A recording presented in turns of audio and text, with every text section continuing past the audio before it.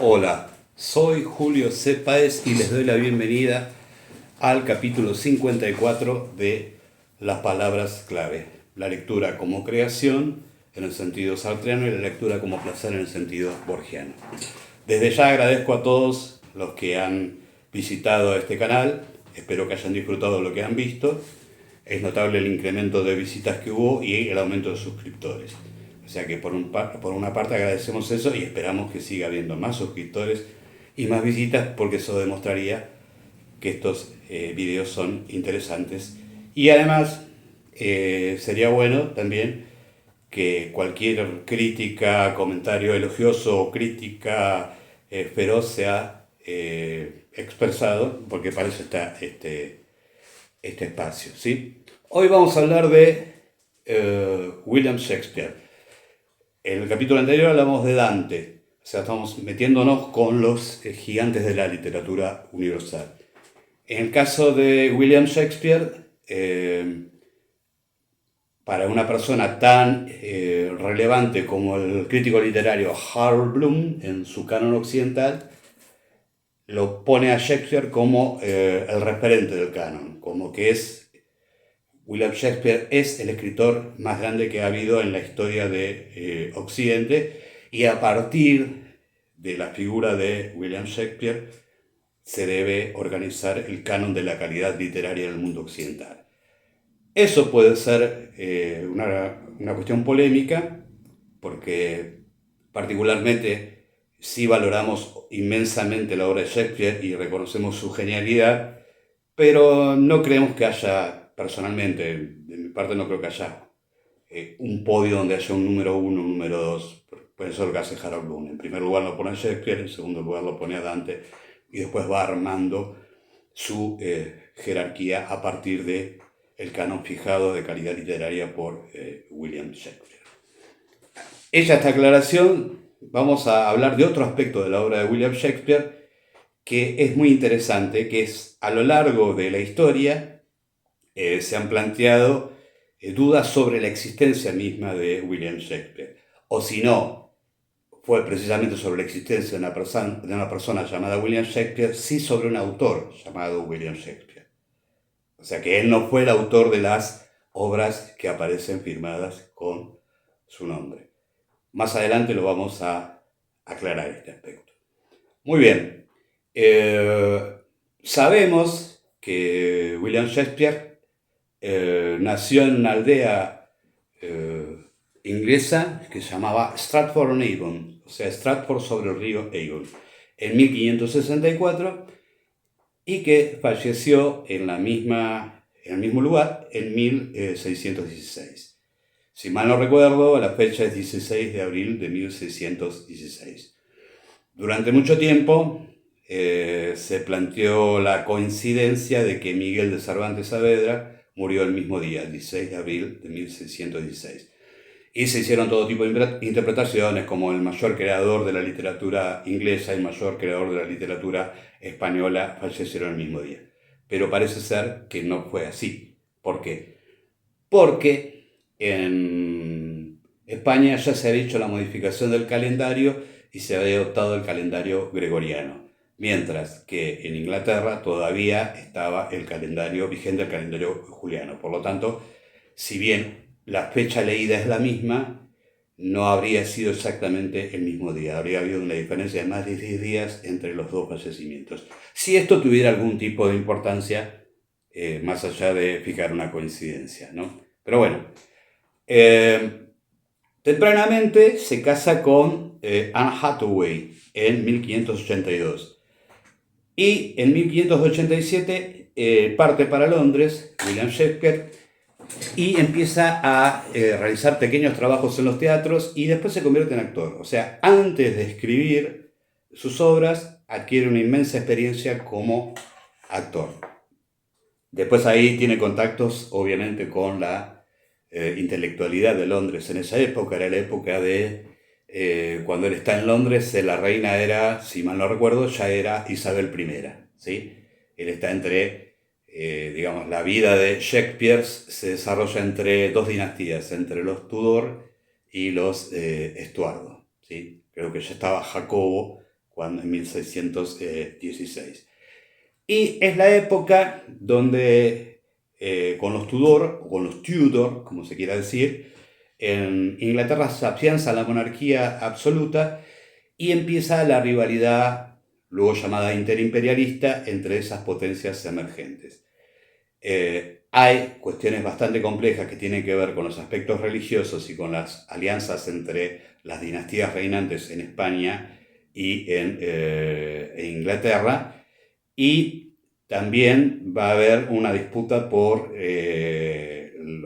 los tesoros del Nuevo Mundo, ¿sí? O sea, acuérdense que en 1588 ocurre el intento de invasión por parte de Felipe II de Inglaterra, que es repelido, que es la Armada Invencible, que es vencida.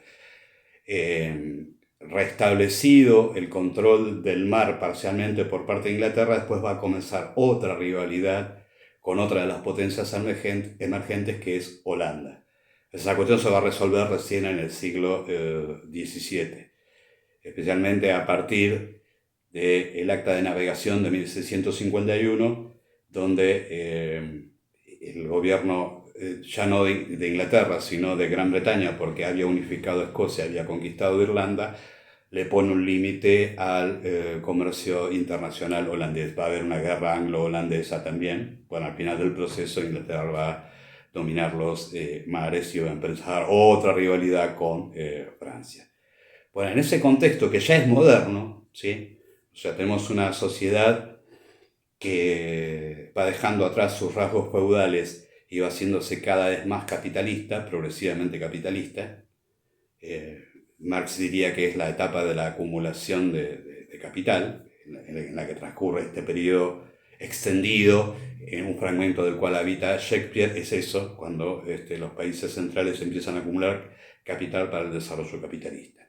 Pero sigamos con lo nuestro, que es Shakespeare. Dijimos que había empezado a trabajar como actor. Él empieza a tener habíamos dicho que entra en contacto con el mundo intelectual, con Christopher Marlowe, con Ben Jonson, con otros autores, y al principio es actor, pero luego empieza a escribir sus obras. Y empieza a destacarse a partir de 1591 con los dramas históricos, ¿sí? Bueno, Macbeth, que es la obra que vamos a analizar hoy, es parte de ese drama histórico, pero también Julio César, Antonio Cleopatra y todos los referentes a, Tito Andrónico, Timor de Atenas, y también todo lo que tiene que ver al Rey Lear, la gran obra del Rey Lear, y también con los monarcas ingleses históricos, digamos, previos a la existencia de Isabel I de Inglaterra. Muy bien, se supone que en 1594, no está certificado, hizo un viaje por Italia. En 1599, junto con otros asociados, funda el Globe Theatre, 1599, y en 1610 regresa a Stratford-on-Avon y muere en 1616. Nunca se interesó en imprimir sus obras circulaban en ediciones piratas. Escribió 38 obras durante 24 años. A los 49 años escribió su última obra, que no es de las más conocidas, no está mencionada en el canon y ahí no aparece. Y se muere, o sea, se convierte en un próspera, rescata algunas propiedades que había perdido su padre en malas operaciones comerciales. Se establece, realiza pleitos con sus vecinos, acuerdos con sus vecinos, se transforma en un burgués tranquilo, habitante de una ciudad de provincias en Gran Bretaña, y fallece. O sea que su vida no tiene ningún rasgo relevante desde lo heroico. Por eso vamos a leer un fragmentito de lo que dice Carlos Gamerro en este libro muy, pero muy interesante, que es Borges y los clásicos, ¿no? Y dice,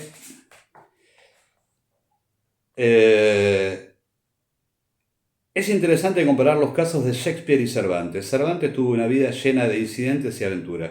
Fue soldado en Italia, peleó en la batalla de Lepanto, fue capturado por los piratas y pasó 5 años cautivo en Argel, donde encabezó 4 fallidos intentos de fuga y sobrevivió a todos. En fin, una vida intensa llena de aventuras apasionantes.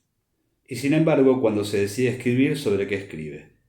Sobre un viejo hidalgo que nunca salió de la aldea y que se pasó toda la vida en su biblioteca leyendo libros de aventuras, una figura inversa a la de su autor. La figura de Shakespeare pareciera ofrecer la imagen opuesta o complementaria a la de Cervantes. Un hombre que, por lo sabemos, tuvo una vida bastante tranquila. Creció como chico del pueblo, tuvo un encuentro amoroso temprano con una mujer 8 años mayor que derivó en embarazo y casamiento de apuro. Después se marchó a Londres, donde trabajó de actor, luego escribió obras de teatro, se hizo empresario y después volvió a su pueblo y se murió. El lector que procura encontrar en la vida de Shakespeare el origen de las obras de Shakespeare está condenado al fracaso. Y esta es una idea, por eso es muy interesante todas las cuestiones que se van a plantear, es que aparecieron a lo largo de la historia lo que dije anteriormente, o sea, descreer de Shakespeare como escritor porque no podían entender la diferencia que había entre la riqueza de los caracteres que había generado y las situaciones que había generado a partir de sus obras y su vida más bien anodina, apacible. Entonces, va a aparecer a mediados del siglo XIX una profesora británica que se llamaba Delia Bacon, que dice que en realidad, William Shakespeare no escribió sus obras, sino que era un testaferro de Francis Bacon, que fue nada más ni nada menos que uno de los fundadores del método inductivo en el renacimiento de las ciencias que hubo a partir del siglo XV, siglo XVI. ¿Sí? O sea y no hay ninguna prueba que lo demuestre. La prueba es el argumento de que Shakespeare no tenía la capacidad para crear los personajes que creó y que Bacon era un tipo muy, pero muy inteligente que en su rato libre de las investigaciones científicas se ponía a escribir las obras que supuestamente firmaba Shakespeare. Esa idea, mediados del siglo XIX en Estados Unidos, se descartó. Pero lo que va a ocurrir, después va a aparecer otro autor que se llama Hoffman, que dice, no, en realidad las obras de Shakespeare no las escribió Shakespeare, las escribió Christopher Marlowe. ¿Y en qué basaba eso? La única argumentación que tenía, pero para él tenía mucho peso, era que Marlowe había tenido una formación mucho más rigurosa y más firmemente académica. Por ejemplo, Christopher Marlowe había estudiado en Cambridge, mientras que solamente se sabe de William Shakespeare que había cursado la escuela primaria. Las primeras letras, había aprendido algo de griego y latín, según Ben Jonson, poco de griego y poco de latín. Esa teoría también se descartó. Pero después va a aparecer otro autor, que es la teoría de Looney, ¿sí? Que está muy bien desarrollada en el libro este que tenemos acá, que es el Canon Occidental, de Harold Bloom. Que uno de los que siguió y toda su vida se mantuvo firme en esta teoría, el que no podía pensar o no podía concebir que William Shakespeare hubiera escrito todas sus obras, era nada más ni nada menos que Sigmund Freud. Y él va a seguir la teoría de Looney, la hipótesis de Looney. Y ya en 1921, un tal Thomas Looney publicó un libro que se llamaba Shakespeare Identificado. Según la hipótesis de este muchacho Looney, en realidad las obras de Shakespeare habían sido escritas por Edward de Vere, 17º conde de Oxford, nacido en 1550 y muerto en 1604. Acá hay una contradicción bastante. Acuérdense que Shakespeare murió en 1616. Y lo que bien dice Harold Bloom, por tanto, ya había muerto cuando se escribieron El Rey Lear, Macbeth, Antonio y Cleopatra y las últimas fantasías shakespearianas. Pero, dice con bastante ironía Harold Bloom, para ser un luneyista, tenés que empezar arguyendo que estas obras fueron dejadas en manuscrito a la muerte de Oxford y seguir a partir de ahí. O sea que conde de Oxford escribió las obras, las dejó y después, de alguna forma, Shakespeare se apropió de esas obras y las firmó y las representó. Ninguna de estas teorías, ni la de la profesora Bacon, ni la del profesor Hoffman, ni la del profesor Looney hoy se tienen en cuenta. Se sabe bastante más de la obra de la vida y la obra de William Shakespeare, y ya estas teorías han quedado descartadas. El que lo ha tomado como un referente, por ahí yo lo pienso como una forma de autoidentificación, es Jorge Luis Borges. Porque Jorge Luis Borges habla de la teoría de que el escritor Shakespeare no era nadie, pero el escritor es Shakespeare. O sea, pero Borges lo lleva a una dimensión íntima o metafísica, en el sentido de que como él no era nadie, necesitaba ser a través de sus personajes. Y lo dice de esta forma, en el texto Everything and Nothing, que está en el libro de Borges, El Hacedor. Dice esto: nadie hubo en él. Nadie hubo en él, o sea, no existía una subjetividad propia. Detrás de su rostro y de sus palabras, que eran copiosas, fantásticas y agitadas, no había más que un poco de frío, un sueño no soñado por alguien. Al principio creyó que todas las personas eran como él, pero la extrañeza de un compañero con el que había empezado a comentar esa vacuidad le reveló su error y le dejó sentir para siempre que un individuo no debe diferir de la especie. Alguna vez pensó que en los libros habría remedio para su mal y así aprendió el poco latín y menos griego de que hablaría un contemporáneo, que es Ben Jonson, ¿no?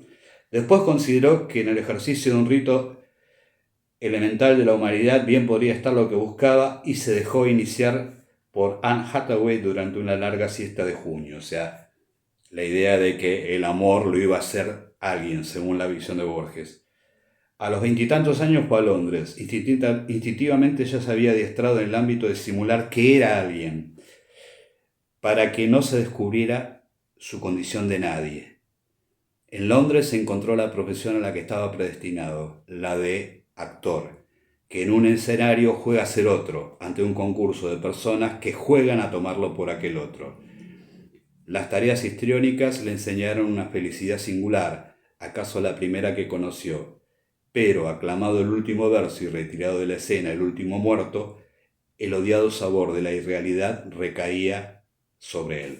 O sea, esta es la tesis de Borges, de por qué la facilidad para la creación de personajes diferentes está en una necesidad íntima de Shakespeare de afirmarse como alguien, y a través de su obra y de su actuación y de su escritura para teatro, porque él consideraba que no era nadie. ¿Por qué dije antes que tal vez esto tiene que ver con una cuestión personal de Borges? ¿Sí? Porque creo que en la figura de Shakespeare él se veía reflejado. El que más de una vez había dicho que no había sido feliz, o que se había perdido muchas cosas y que su vida eran los libros y la literatura, la creación literaria. O sea, pero es interesante esto porque es un problema que obsesionó a Freud. Freud no podía creer que la persona Shakespeare hubiera sido el creador Shakespeare. Entonces, bueno, seguía esta tesis de Looney, esta última tesis aparecida en 1921. Es interesante como cuestión teórica, pero digamos que no hay ninguna prueba que demuestre que William Shakespeare persona no fue el autor, no fue William Shakespeare autor. Y no hay ninguna hipótesis hoy en día fehaciente que demuestre que alguien más escribió las obras que firmó William Shakespeare.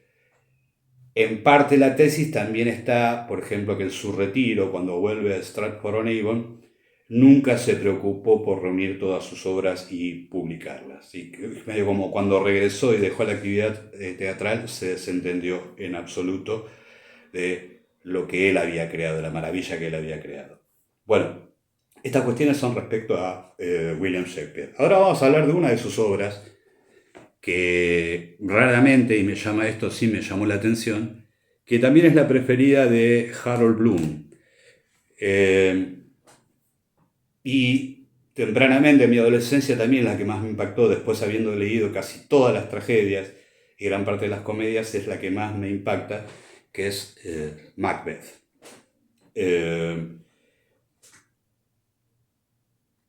La historia de Macbeth es una historia que tiene elementos paganos, ¿sí? O sea, que aparecen, como en muchas obras de Shakespeare aparece el paganismo, los dioses paganos. En Shakespeare, en Macbeth aparece Hécate, que es una diosa griega, pero la apropiación que hace Shakespeare de esas figuras paganas o mitológicas de la antigüedad griega, obviamente que están adaptadas al contexto donde él lo quiere desarrollar, porque él mezcla a la diosa Hécate con las brujas, o con lo que, por ejemplo, en la cultura irlandesa son las banshees, y aparecen en Macbeth ese elemento que son las Weird Sisters, o las brujas que aparecen, que son las hermanas fatídicas, o las hermanas del destino.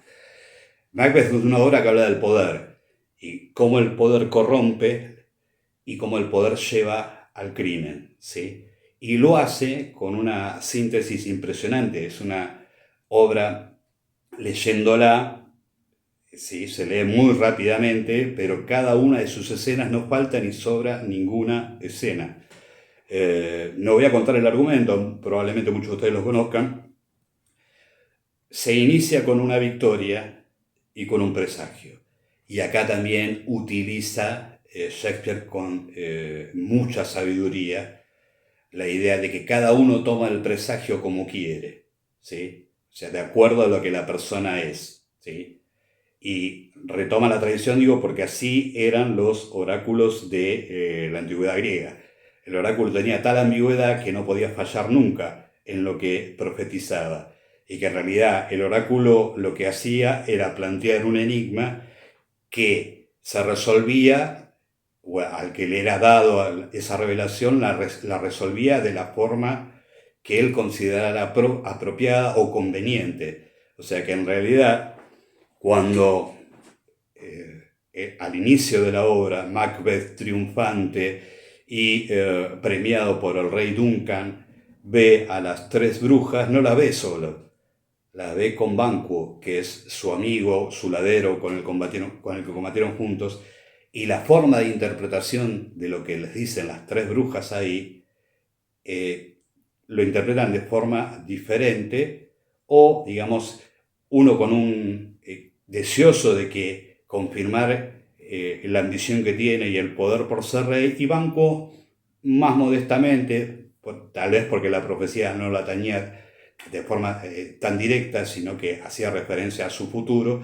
En cambio, Macbeth se siente profundamente conmovido y ahí toma una decisión, y esa decisión es la que va a iniciar la tragedia que recorre toda la obra. Los elementos trágicos recorren toda la obra. Va a haber otra escena más donde aparecen de nuevo las brujas, pero ya Macbeth entregado a su destino y buscando la confirmación de que va a obtener la victoria, y de nuevo aparece esa ambigüedad en la diosa Hécate y en las sombras que aparecen, ¿no?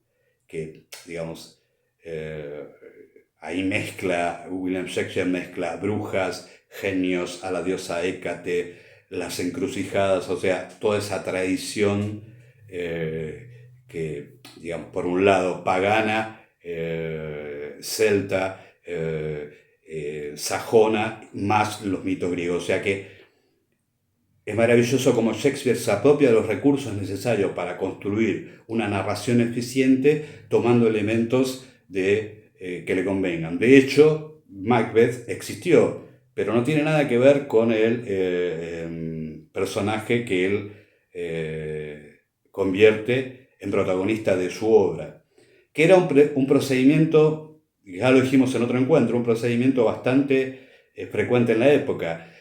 Tomar un argumento que ya estaba dando vueltas en el aire, o inclusive en la película Shakespeare apasionado hay una escena interesante, creo que lo más interesante de la película, más divertido, es que cuando se encuentran con Marlowe, con Christopher Marlowe, se cuentan mutuamente argumentos. O sea, el argumento, la línea argumental o la historia que se va a contar no era tan importante como la forma en que se va a construir ese argumento. Entonces todos compartían. También pasaba en la música que un músico tomaba un motivo de otro, lo reformaba, lo arreglaba, lo cambiaba de tonalidad, hacía diferentes combinaciones, lo armonizaba de otra forma. Y bueno, era algo que no se veía como algo malo, ¿sí? La idea de autor absolutamente original no estaba tan vigente como después estuvo a partir del siglo XIX y durante el siglo XX.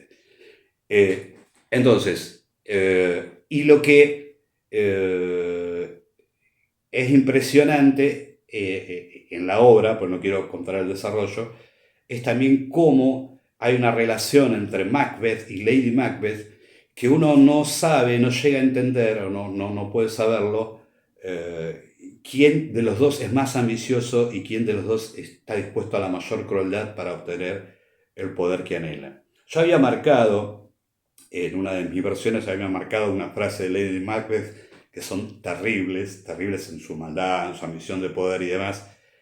Alguna crítica feminista puede decir que tiene un contenido misógino. Yo no lo veo así. Yo lo que veo es que hay una pareja de un matrimonio entre los que los están fuertemente unidos por la pasión del poder y que están dispuestos a hacer todo por obtener ese poder. O sea, otro elemento de interés de Macbeth, para no hablar de la trama, es la fuerza verbal, la fuerza retórica que tiene cada uno de los parlamentos de la obra. No hay nada que falte, todo está explicado de las mejores formas y resiste a traducciones de diferentes niveles. Yo, por ejemplo, tengo Macbeth en esta versión de las obras completas de Shakespeare, que son las tragedias, que es la edición Aguilar de principios de los años 2000. ¿Sí? Y yo comparé la versión de Macbeth que aparece acá con esta otra versión de Macbeth en una recopilación del Círculo de Lectores con prólogo de Borges, gran prólogo de Borges, del año 1981. Y obviamente no son la misma traducción, las traducciones difieren, e inclusive una de las dos, no me acuerdo cuál, si la de Aguilar o del Círculo de Lectores, omite un aspecto respecto de una profecía que, se las digo porque igual sin contexto no van a saber nada, que le profetizan a Macbeth que él no puede ser muerto por ningún hijo de mujer, ningún hombre que haya nacido de mujer, ¿sí?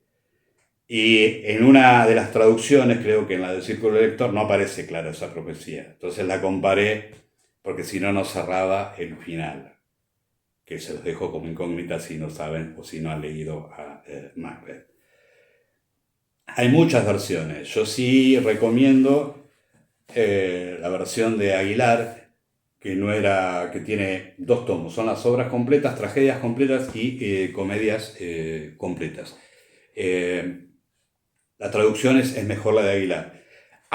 Está recargada de un aparato erudito que a uno lo puede llevar a dispersar del texto. Pero bueno, yo siempre recomiendo cuando hay un aparato erudito de notas y de expresiones que son difíciles de traducir o comentarios para poner en contexto, lean el texto principal, no se dejen dispersar por las notas y después vuelvan a ver las notas si es que les interesó, ¿sí? Yo digo que Macbeth es una obra maravillosa por su brevedad, su contundencia y su eficacia para empezar a leer a Shakespeare. Así que buena suerte, buena lectura y hasta la próxima.